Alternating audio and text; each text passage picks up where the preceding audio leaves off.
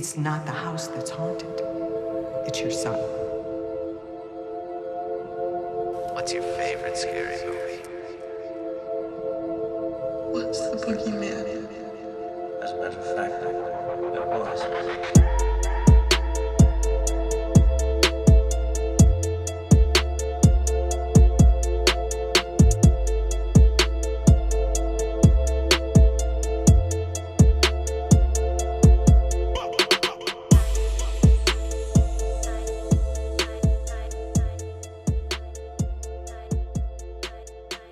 What is up, everybody? MJ back here again with another episode of Slashers and Sing, joined by, as always, Marvalous. Hi.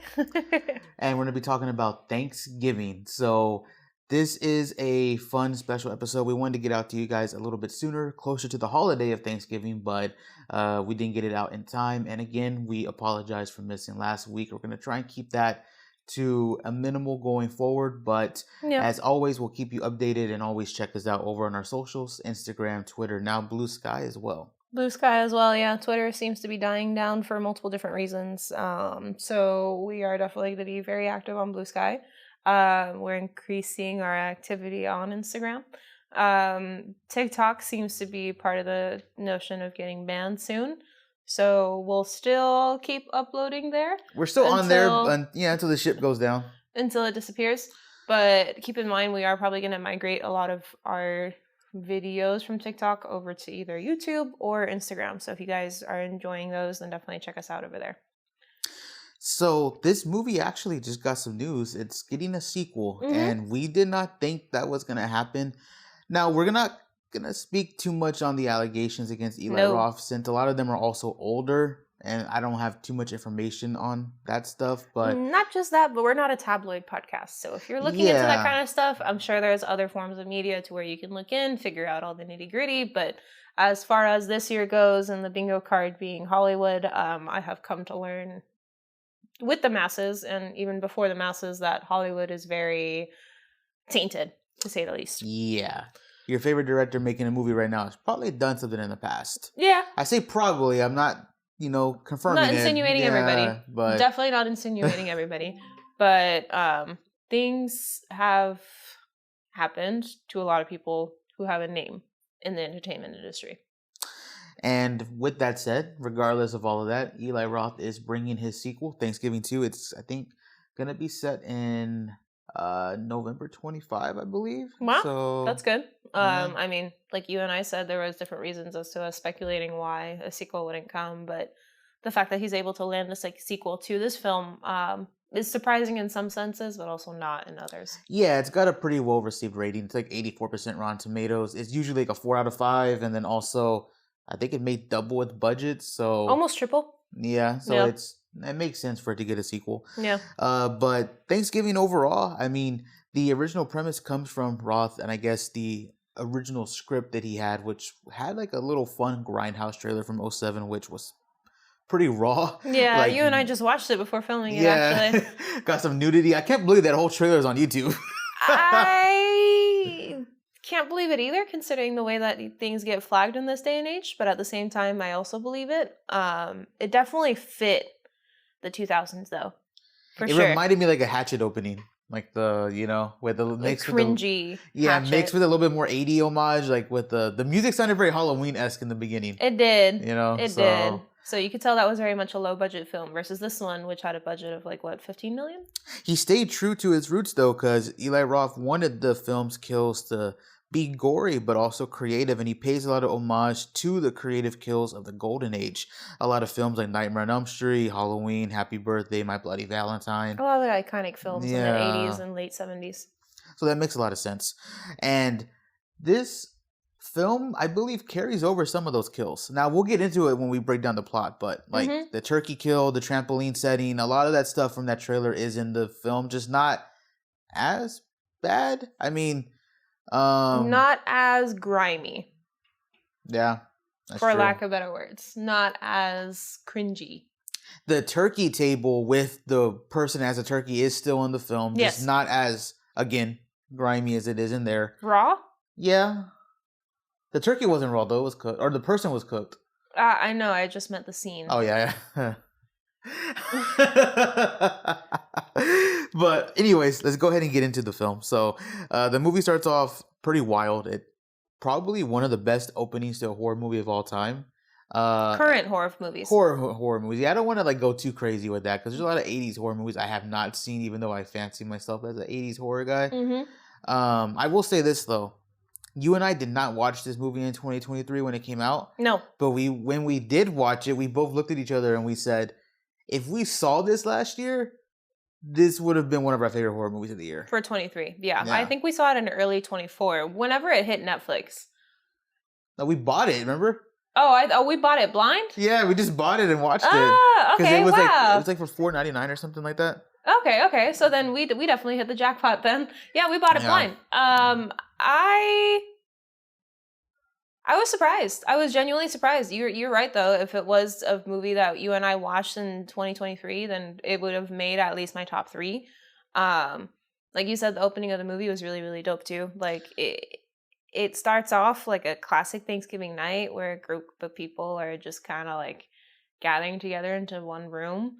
There is a couple scenes with like a first person. Yeah, it starts off with the first person shot, and it's very similar to 78 Halloween. Yeah. Where Michael was like walking to his house. It's actually Sheriff Eric Newland who's walking to the house. Yep. And which is foreshadowing for a little something. I actually didn't think about that. I didn't either. There's a lot of things that I caught this watch that I didn't catch the first few watches.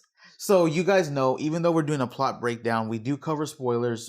This movie we've seen multiple times. This isn't a review of the film that just came out last week. This is already been out. So Sheriff Eric Newland is the killer. He is. So it is kind of cool. I don't know if that was Eli Roth's intention to have like not only mirror the scene of Halloween, but also Michael is the killer. Have the culprit in the beginning. Yeah, so that is kind of cool. Yeah. But anyways, whenever the whole family's together with the sheriff, the employee / manager of Right Mart, which is the husband to the woman that opens the door to the sheriff, he ends up getting a call to go into work. And of course he has to because it's Black Friday, it's Thanksgiving, deals are going to go crazy. And that's where the movie really starts to get that what we just said, one of the best openings to a horror movie. But. Yeah. So one of the big notes in this movie is that in the small town of Plymouth, there's this market called Right Mart. And it seems to me almost like a hybrid of like Target and Walmart. Yeah. And there's this family who's in charge of it.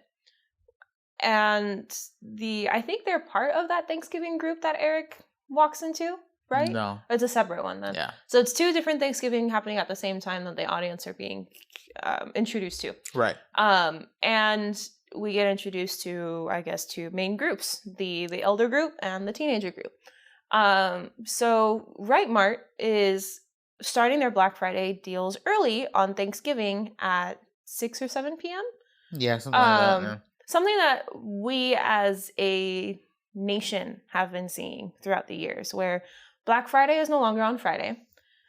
Starts on Thursday. At one point, it was starting as early as like 3 p.m. on Thursday.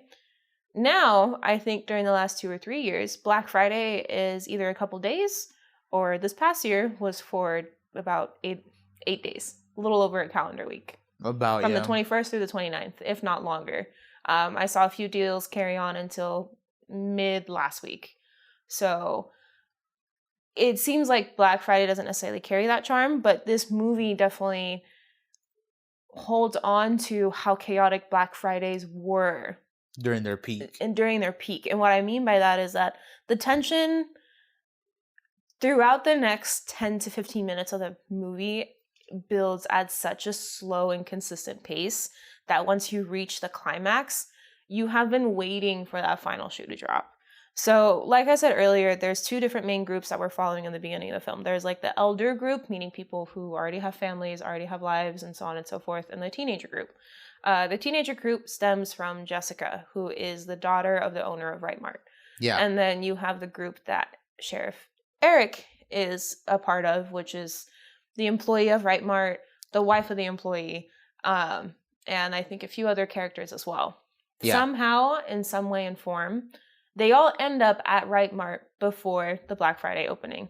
Yeah. Jessica's group is because one of her friends, Fletcher, ends up either breaking a phone or losing his phone, whatever the case may be, and he needs to get a replacement. So before they go to the movies, quote unquote, they make a stop at Right Mart for it. Jessica has the keys to the store because obviously her dad's the owner of it. And people waiting in line to get in see Jessica and her crew walk in. Yeah. You have the crowd outside getting more and more rowdy than what they already were, shoving against the barricades. Yeah, one of them is even a character that's reoccurring because he, I guess, had a brawl with Evan at one point, like the night prior or something like that. And with Fletcher.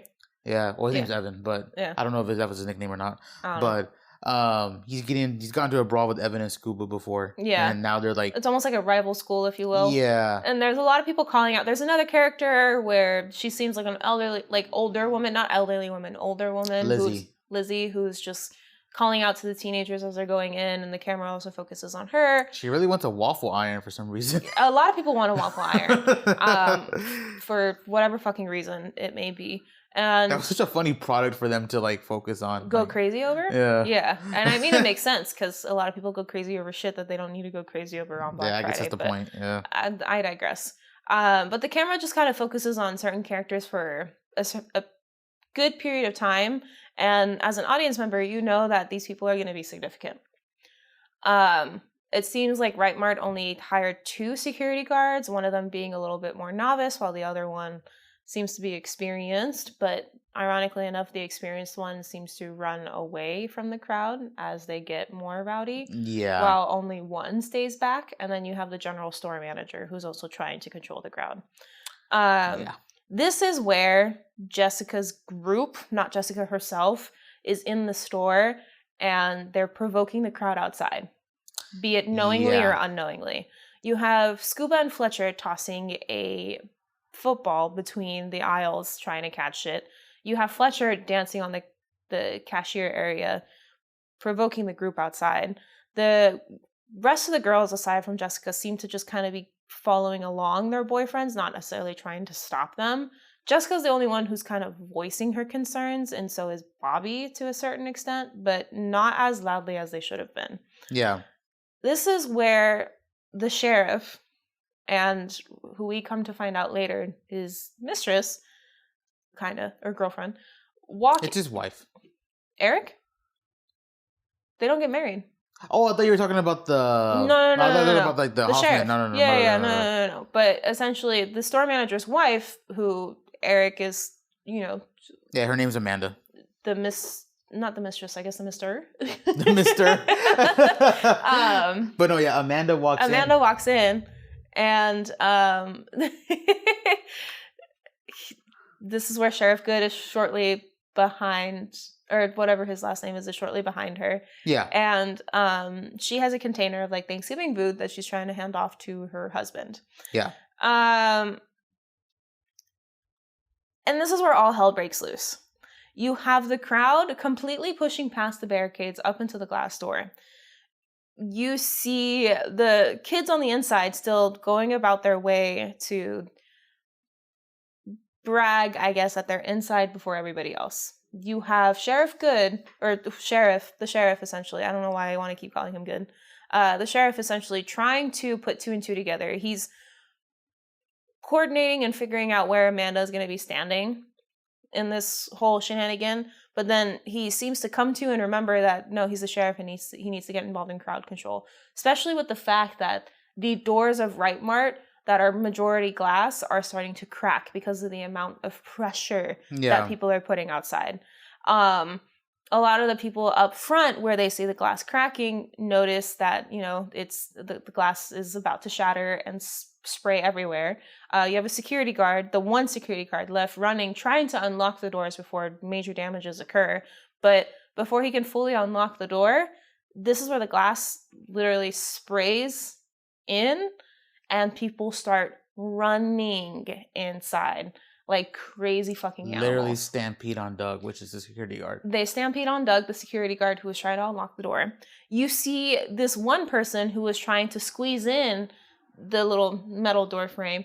His neck gets caught on a shattered glass piece, cuts into his carotid artery, and he's still walking towards the pile of waffle makers. and waffle irons and like to grab blood one. is squirting out, and then you got Evan like recording everything. Like it's just absolute chaos. People are running around everywhere. There's insults being thrown left and right.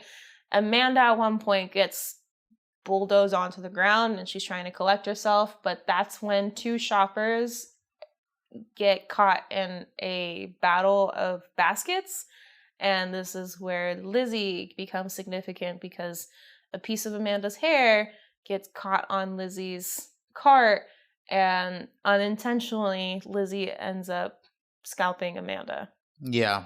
And I guess because of the trauma of falling and the scalping process, she dies right there. And that's not the only body that drops. There's multiple casualties, multiple injuries, and then around when the sheriff finally sees Amanda bleeding out on the floor and all the chaos going around, and how he really cannot get crowd control, he shoots his gun up into the air, and that's where we get the title card. Thanksgiving. Mm-hmm. Probably one of the craziest openings. Like I know I'm glazing it pretty hard right now, but it's like it's very, very well thought out tension building. Yeah. To the point that I think first time watching it, I was on the edge of my seat and almost biting my nails. Yeah. I don't know about you though. No, I definitely was. Yeah. I mean, I was just marking out over it. Like, it was just insane how good it was. Watching it a few times over, it still carries that same energy. Yes. I will say, though, one cool thing about, real quick fact on this is Eric Sheriff Newland is actually played by Patrick Dempsey. Famous actor from the 80s, 90s. Also, he was in Scream 3 as Detective Kincaid. And he was also in Grey's Anatomy, for those of you who watched Grey's Anatomy, as McDreamy. So, fun fact is Dempsey's agent reached out to Eli Roth to express Dempsey's interest in participating in the movie. Roth was excited about it, but he said he didn't know if the company could afford Dempsey's rate, and he assured him, nah, that's not a problem. Patrick really wants to do a horror movie. He read the script and loved it. Aww. I feel like Dempsey doesn't get to play bad guys that often, and he probably wanted to come in and just, just kind of tear shit up. Because even in Scream 3, he was given a role that was teetering on the line of being the killer, but he ended up not being the killer. And that's also not even that fair either, because from what I hear, the way a lot of the older films were, I don't know if 5 and 6 were this way, but the older films were written in a way to where even on set, people didn't know who the killer was. Yeah. They didn't know by name in the script. He was always just called Ghostface. Yeah. So it could be anybody who was the killer.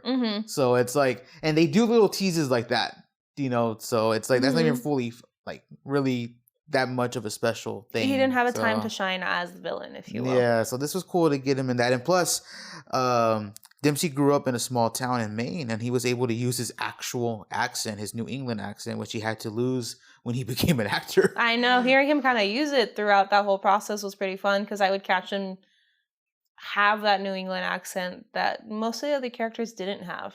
So it made me really realize that, no, he's a native of Plymouth, for sure. Yeah.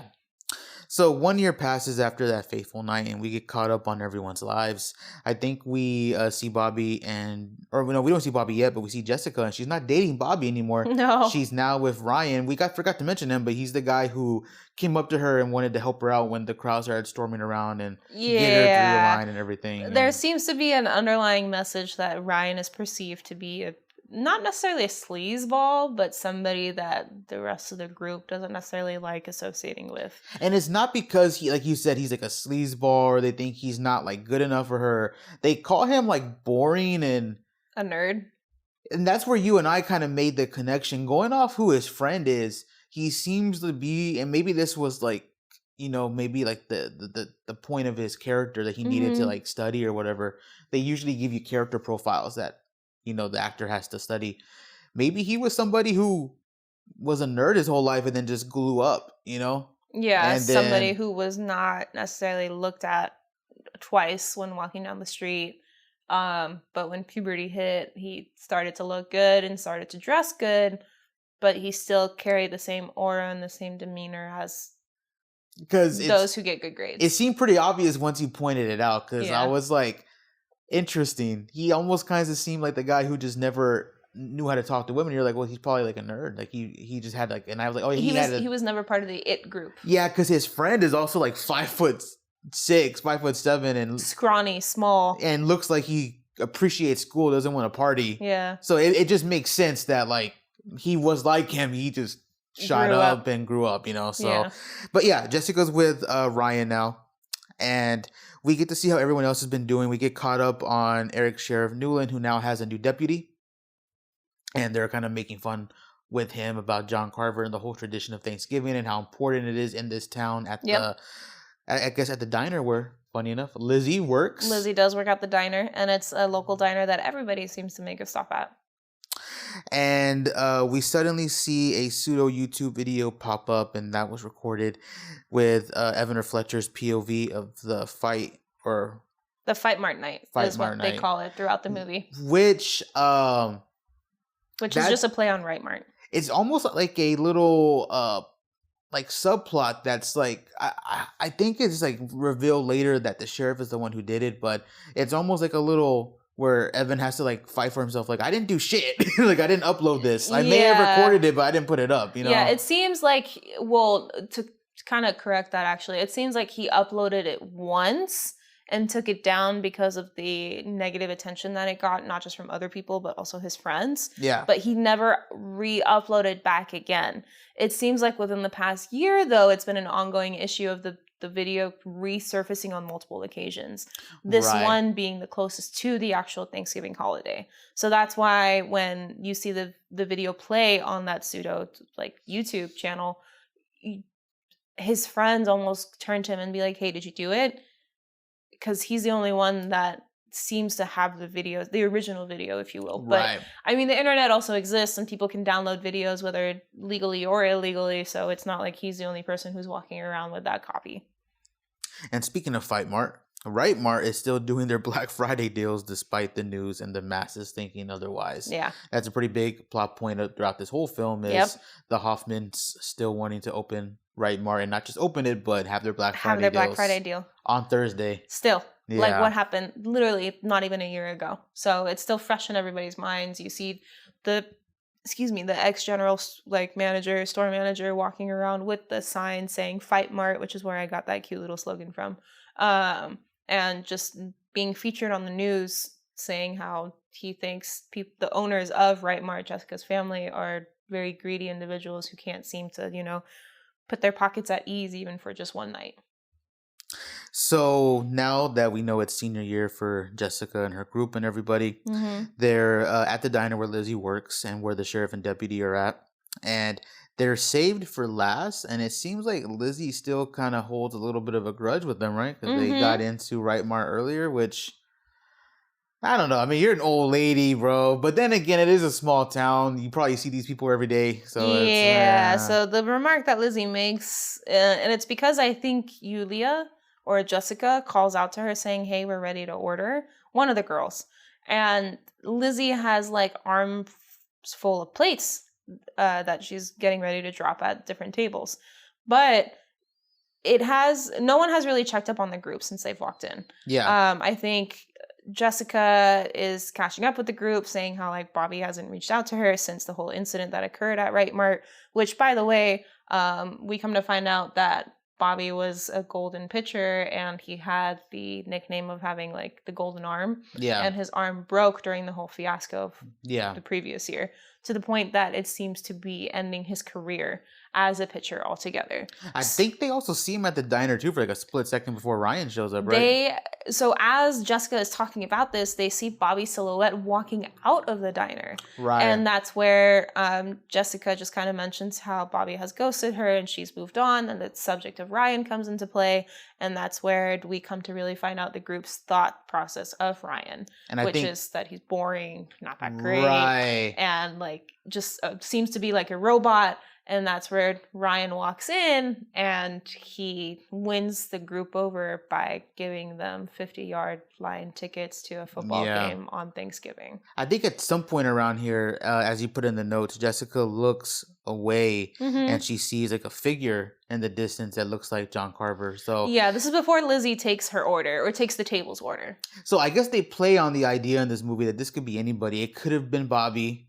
right before he walked in and walked out. It could have been The Ryan sheriff. showing up, or it could have been the sheriff, Or even like, the deputy, because the deputy had the just mask. gotten the mask on. Yeah, so it could be a lot of people, and Mhm. and that's what you want to do with a slasher. That's what makes it fun, right? It's the whodunit process. Yeah. So, but after all the, I guess, back and forth with Lizzie, this old ass woman, Yeah, with the because she teenagers. actually tells the teenagers, "Hey, y'all actually need to wait for your turn." Yeah.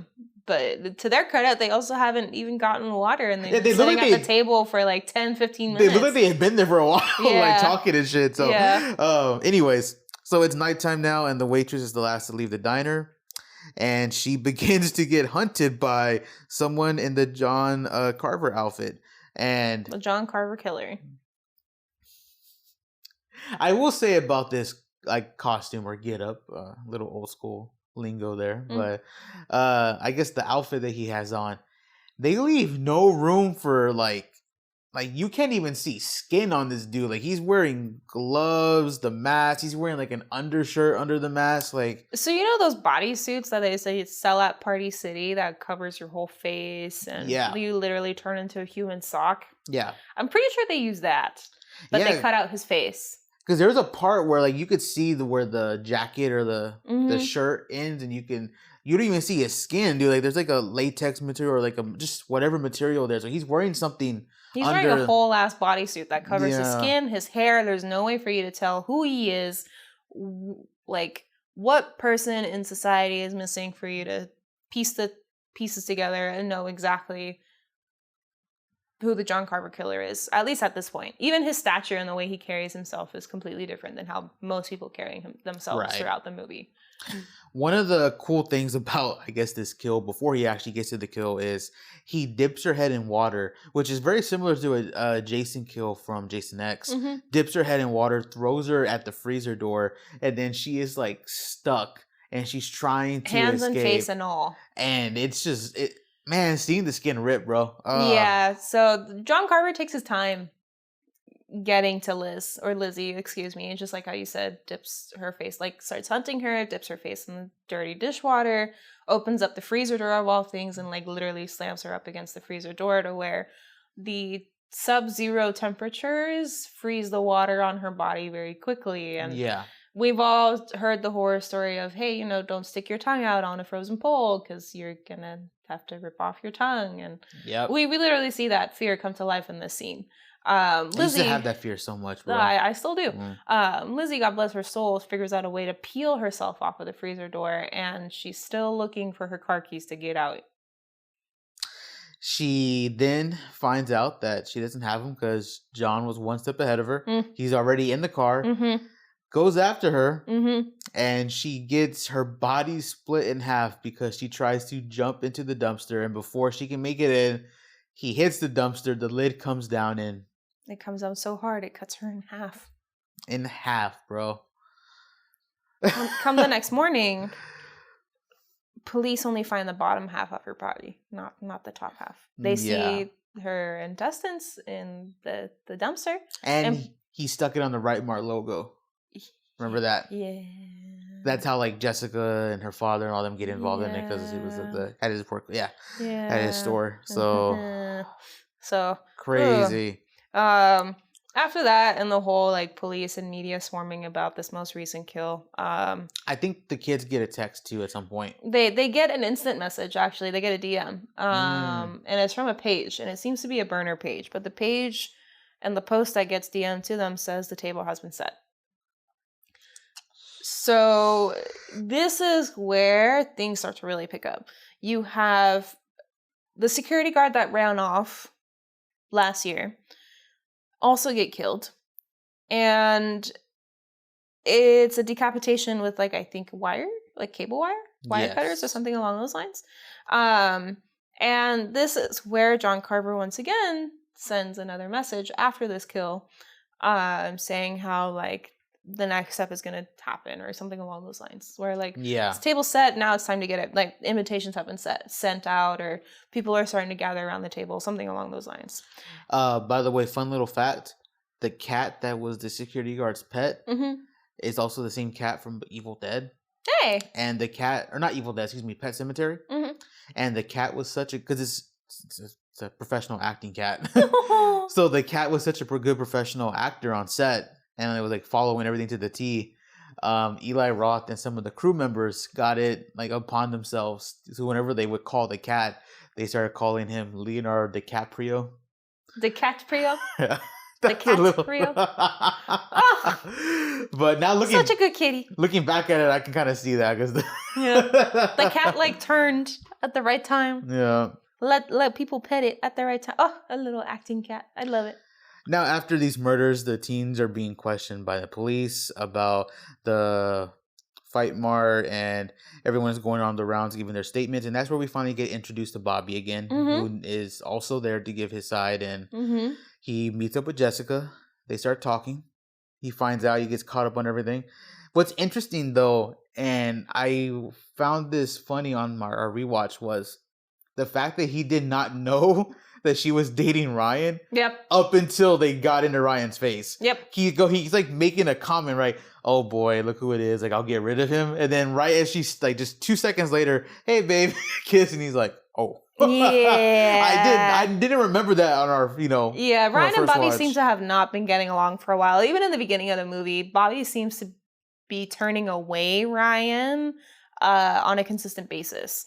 And I think when we're first introduced to Ryan, he even says that ever since Bobby has started ghosting Jessica, that he's really been able to move up in bases, if you will. Yeah. And get closer to her. So there is tensions between the two characters. And it's not just between the two characters. It's within the entire friend group. People are pointing fingers at each other, and everybody's becoming a prime suspect of the John Carver killer, if you will. Especially between Bobby and Ryan. So in this particular argument scene, we see the football captain, and the scene cuts. We see a football captain from the rival school, essentially the kid that was yelling out to Evan in the beginning of the fight mart night, if you will. He is yelling at the rest of his team in the gym room to lift weights, get ready for the big Thanksgiving kickoff or showdown that they have with Jessica and Evan's school, or Fletcher's school. I know I'm jumping ahead here, but this is probably the kill that makes the school shut down the football game, right? Because that pisses. I think going back to the other school, that's when we see everyone getting pissed off, right? Evan and yes, very much, and all that, yeah, and the rest of them. But going back to that kill though, so the captain's just going around and yelling at the rest of his crew, just telling them to pump harder, go big or go home. Essentially, coach gave them the whole lesson of like making sure that they get all their sets in, yada yada yada, right? And as he's making his final round, you see a cheerleader peek in through the lifting door, if you will, or through the little window, and wave the captain over. She has set up a trampoline in the gymnasium and wants her boyfriend to watch how she jumps. So this is an homage to the Grindhouse trailer. It is scene, but I'll let you explain it. It is. And the thing that caught me off guard the first time I watched this movie, because it is set in today's day and age, is that this football captain says, and I quote, "Coach doesn't want us to do anything. He wants us to save all of our aggression for the game." Yeah, I didn't think about that. This is something that a lot of high school football coaches and just coaches in general, even NFL coaches, would tell their team back in the 70s, 80s, and 90s to not go around and have sex because it would reduce the amount of testosterone that is within the guy's body, which in turn was thought to reduce the effectiveness of their sports and combat skills. Yeah. In today's day and age, we know that's definitely not the case. Doesn't really matter. It just depends on the mindset that you have walking into the game. But the captain does make that note. And even the cheerleader kind of calms him down and says, yeah, don't worry. I wasn't planning on doing anything that's essentially going to get your nut off in that way.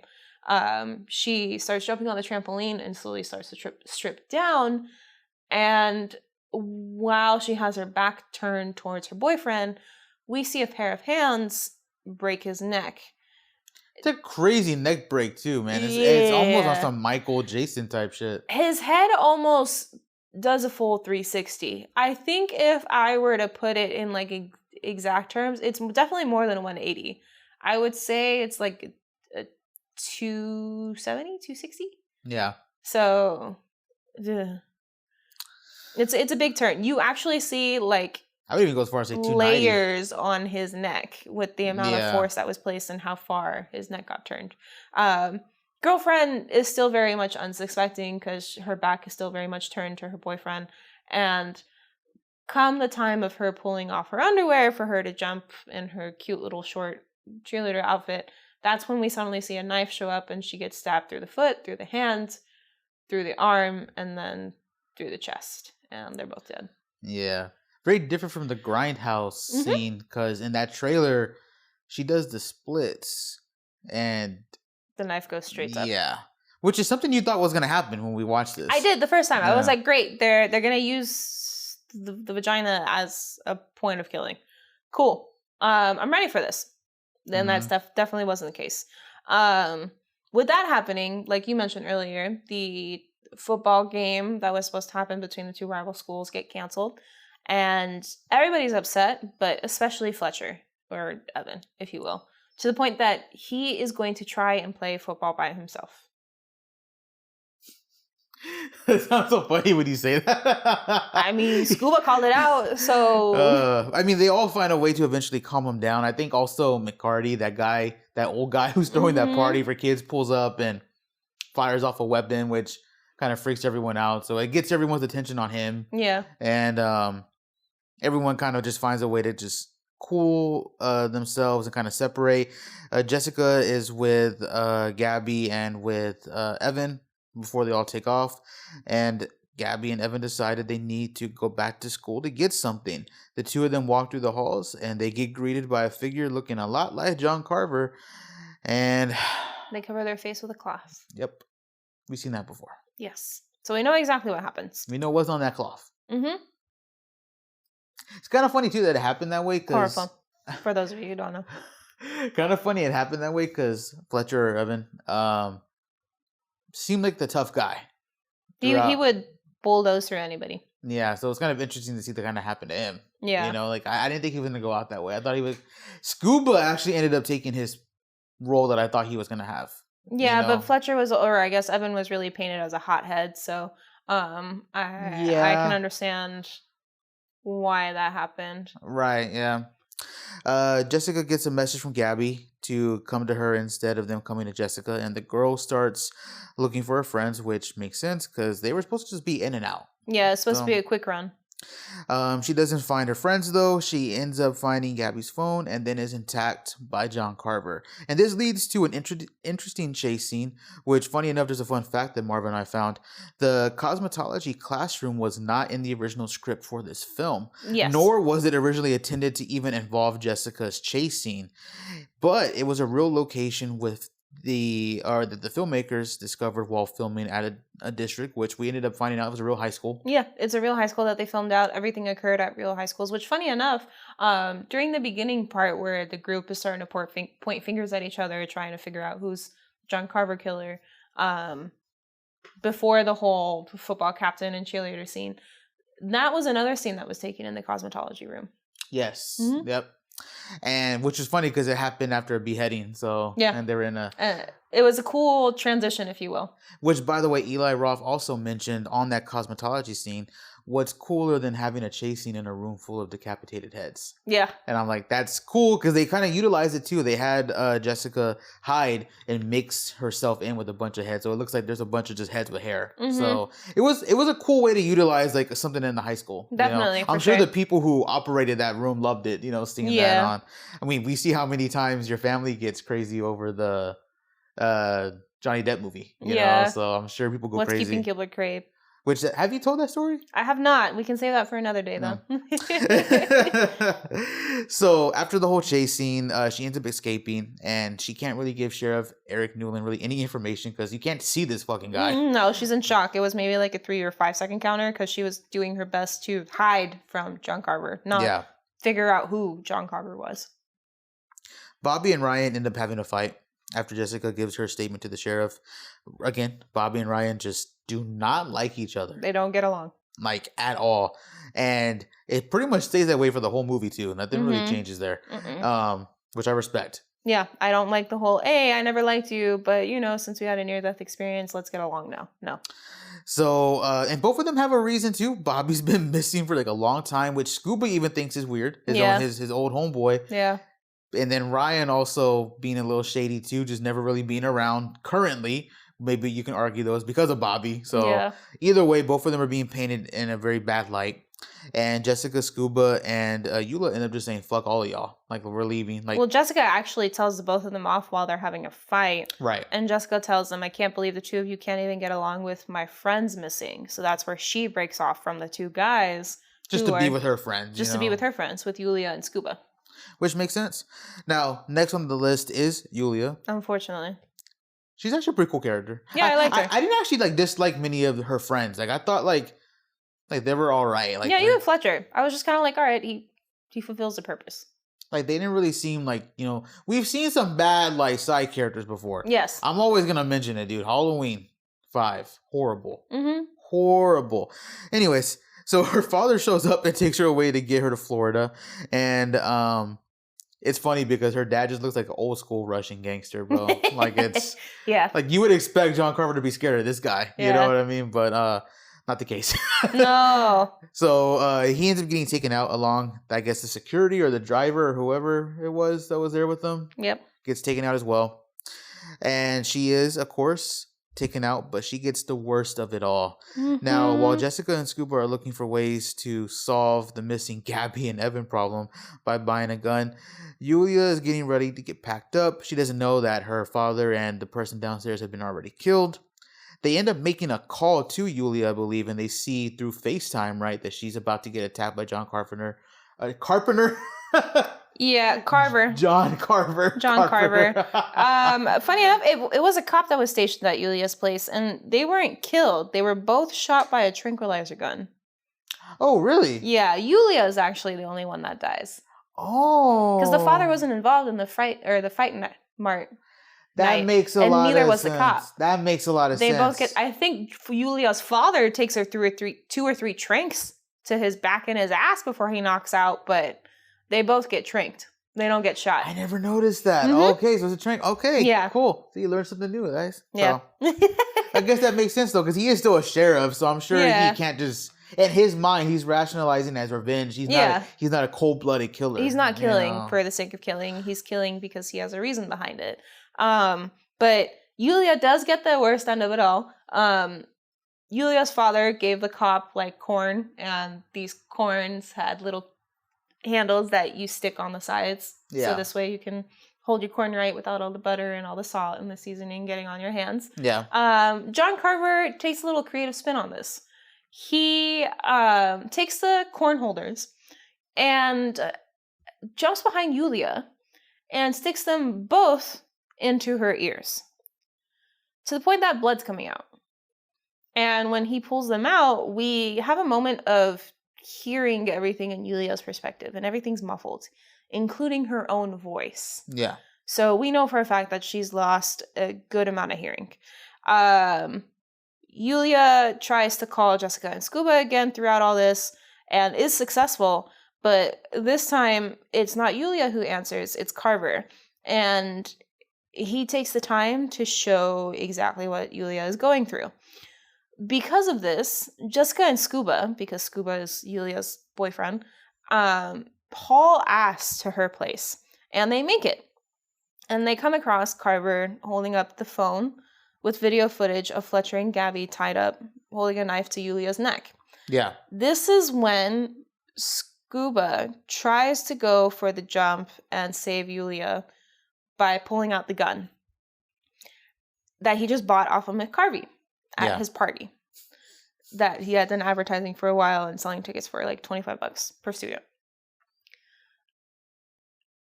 Scuba forgets to turn off the safety, which in turn allows for John Carver to get the upper hand on the group. Yeah. He switches on a saw. Yes. Like a table saw. A table saw. And shoves Yulia onto the table saw. Her hand slowly starts to split in half. She moves, and next is her chest. And we see her slowly get torn apart in half. When Scuba picks her up off the table saw, bro.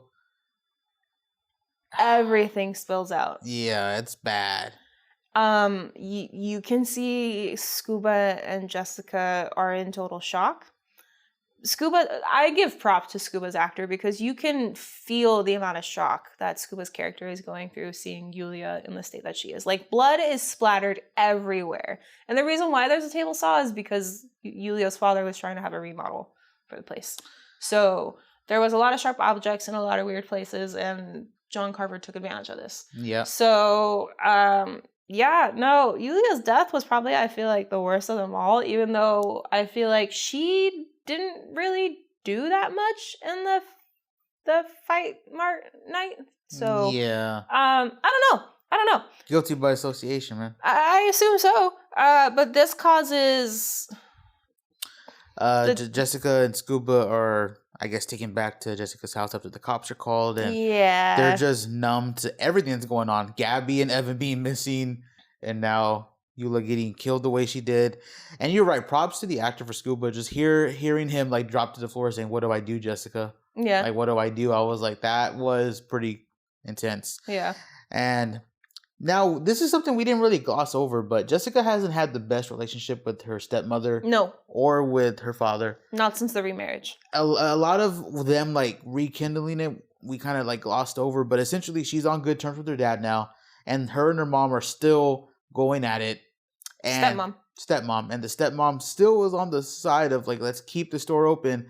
But Jessica says no. And then the dad agrees with it. We're shutting it down. I already closed it. Like, I already told everyone not to come. Yeah. And we're not doing that. And then Jessica's also the one that has the idea of we can't just run away because how much longer can we really be hunted? Mm-hmm. Let's go ahead and capture this motherfucker. And they all come up with the plan to use the parade, which again, the mother or stepmother disagrees with, but the father sides with Jessica. So, and come time for the parade, everything goes by smoothly until a scary clown is shown on screen. And you goes hate clowns. Off screen, and I remember first watching it. Hates clowns. I do. I remember watching it the first time. I was like, "What the fuck is this clown doing here? It's not Thanksgiving themed." And I was like, "Oh fuck, here we go." And I was right. I was right because the clown comes up with a giant axe and ends up chopping off the turkey's head. When you said, "Oh fuck, here we go," it made me think of Baymax. Oh no. Yeah. So once the clown chops off the turkey head and everybody realizes no, the person inside, the mascot, is dead, has been officially decapitated, chaos fucking breaks. Which I didn't realize. That's another homage to the original trailer. The original trailer with the turkey kill. But not just that. That's also an homage to the early 90s. I Know What You Did Last Summer when they all... Barry and all of them decide to use the parade against him. Yep. And they're trying to find a person in a fisherman outfit. But they were so focused on the John Carver outfit, they didn't think that someone would be dressed as something. Something different. He would dress as something different, you know? Yeah. So I like that they flipped that scene. That was pretty cool. Yeah. I just thought about that right now, that's an homage to that movie as well. And it is a nice flip. So once the turkey is beheaded, everybody starts going crazy and more blood is being spilt. Unintentional kills are happening left and right. And amidst the chaos, Jessica and her family are swooped up and dropped off at a weird location at the table. They're hit with the same tranquilizers that Yulia's dad and the cop got hit with. So I can't believe I didn't notice that. But yeah, they're hit with the same tranks. And like you said, they're taken off to an unknown location. And this is where... See... I'm not going to say I didn't dislike this kill, but I think it did last a little bit longer than I think it needed to. Yeah. Because they tried to give the stepmother some props by having her kind of like outsmart John Carver in the beginning. For a moment. Pretending to be asleep still from the tranquilizer. Yeah, she comes to first. And she realizes that he's... I don't know if she knows exactly what he's doing, but he's buttering her up and like throwing seasoning on her. Has vegetables all around her. Has those like cute little, I think it's like cilantro and like a few other different like spices, fresh spices all over her as well. Now, again, I'm not saying I don't hate this scene. I just feel like maybe it didn't need to drag on as long as it did. Because she ends up not only escaping, they end up having a chase scene too. She gets caught. She gets a weapon. And then finally she has a second chase scene where she gets hit with like a spear fork or like a something, right? He throws something at her back. And threw the pitchfork at her back. She falls to the ground and he drags her back in. Not without us seeing her nails come off her fingers through the dirt. Once she's back in, though... We're right back at the same spot where he's putting her in the oven. Like, I just feel like we didn't need all that in between, but... But he does position her correctly for being cooked like a turkey. This time, yeah. Yeah. So, I guess maybe that's what it led to. So, he finally gets in there, and it's a slow and painful cook. You can see what I did there? Yeah. But we're finally at the table that has been teased this entire time through Instagram and TikTok and their social media platforms that they didn't really want to pay out, but is a pseudo version of. We know what it is. Yeah. Gabby and Evan are the only living guests at the table that Jessica meets with, but Evan joins the rest of the departed with a mind-splitting kill. I like what you did there with that note. Thank you. Yeah, he gets beaten over the head with a tenderizer. And boy, did he come out tender. Yeah. But John Carver presents the turkey to the rest of the group, and that's when almost everyone shuts down. Which, again, that's almost a shot-for-shot homage to the trailer they did, you know. Obviously, too, in the uncut version of this, it's an even more straight homage because Kathleen, the stepmother, is nude in the uncut version, just like how the character in the trailer is nude, and they got stuffing in them, which... Through the one major hole that women have, or I guess biologically born women have. Yep. The vagina. Also, too, the voice. We finally get to hear the John Carver voice, him talking. And he's using a voice changer that, again, homage makes him sound like the narrator for the trailer of the Thanksgiving film. So, very interesting that they went that choice. I wasn't expecting him to have a voice when we watched this. I didn't think he would have ever speak, really. But the fact that he did and he had an alterator almost seemed like a tip of the hat to Scream. Yeah. Yeah, actually, another 90s film. Jessica is the only one to keep her cool. For the most, well, as cool as you can be. Yeah, when you see, somebody carving into a human that's been baked. I mean, better than her dad. Her dad over there vomiting and with the gag over his mouth. Yeah, man. So Jessica's the only one to keep her cool, kind of. And remember, she has a ring with a knife on the end to cut herself loose. I need to get one of those. She cuts herself loose and also passes it on to Scuba. Now, while John Carver is giving a speech that everyone at the table should be grateful for something, and they'll voice it when it's their turn, Scuba and Jessica stun John by throwing furniture, and this is where the final battle begins. Scuba ends up... he actually doesn't die. He does die. No, he's there at the end. Oh, he is? Yeah. Oh, I guess he gets slashed by... He gets slashed with the axe. I thought he would die with that kind of cut, but I guess not. Oops, never mind. Scuba built different, bro. Scuba go diving. No, that's what I'm saying. And makes it... And Jessica makes it away from Carver, so he kind of like sacrificed himself there, I guess, for her. And she makes it away from Carver by jumping a fence. That's when Jessica ends up in the woods and walks until she sees a road. And she finally comes to, and she finds the sheriff, and he seems to be knocked out. And that's when she sees a killer run into the door. When the sheriff comes to, she tells him he went in there, and they come to find out it's Bobby, right? Yeah, so Jessica kind of makes it through the woods, sees the road, and then sees the sheriff on the ground with, like, blood on his temple and a bit of blood on the ground. And then you see Bobby kind of looking over his shoulder and slipping into a warehouse. So when Jessica tells the sheriff, that's whenever he tells her, like, stay behind. I'll be the one that'll go and, like, try and figure out exactly what's going on with Bobby. I've been trying to, like, put two and two together and, like, arrest him or detain him and bring him back. And he says the magic line, like, like, I couldn't really have done this without you. Yeah. So he goes into the warehouse, shots are fired, comes back out. And this is where we see the sheriff shift.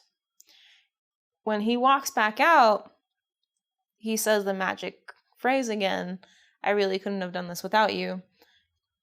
And we see something click in Jessica's head while the sheriff explains that anybody that kills in general has motive, including himself. Yeah. So the sheriff exposes himself for being John Carver. At the same time, Jessica puts all the pieces together. Yeah. So the sheriff's motive is that Amanda was going to be his wife-to-be, and that he and Amanda were having an affair behind Amanda's husband's back. I believe Mitch, right? Mitch is his name, or what have you.